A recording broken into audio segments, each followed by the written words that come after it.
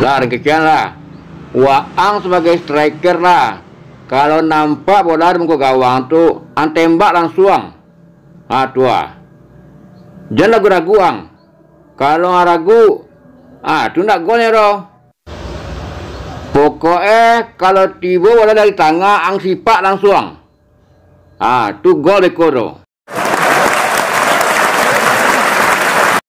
Dekor lah.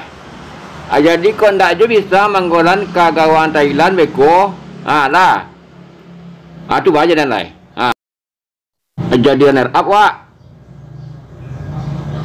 Itu pilihannya di tangan kalian. Lah.